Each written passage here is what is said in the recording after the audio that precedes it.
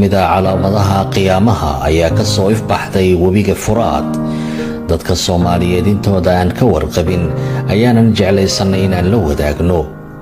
waxaan idiin soo bandhigaynaa mid ka mid ah calaamadaha waaweyn ee qiyaamaha oo ka soo muuqatay dalka Ciraaq.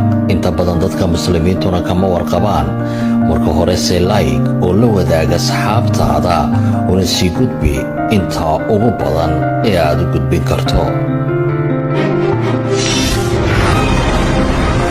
waxaynu horey u maqalnay in markaa biyuhu ay guraan webiga Furaad ay ka soo muuqan doonto buur dahaba ayna ka mid tahay mid ka mid ah calaamadaha qiyaamaha kuwooda ugu shidan. waxaana dadku marka ay maqlaan arrinkan ay ku soo qamaami doonaan webiga Furaad waxayna isku dilayaan dahabka. waxaana nebigu sallallahu calayhi wasallam inoo sheegay in lagu dili doono 99% dadka u soo qaraab taga buurtan dahabka sida ku xusan riwaayado badan.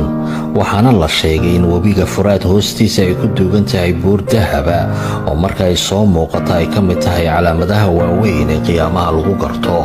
waxaana hadda la sheegay in wax u eg dhagax jajaba oo fara badan oo dahaba ay ka soo burqamayaan webiga marka ay guro qaybo ka mid ah webiga Furaad.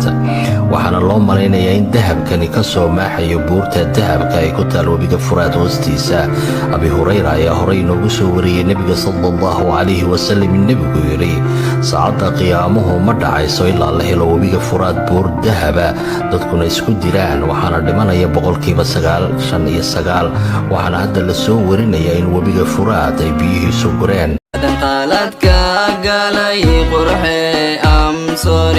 qalbigaaga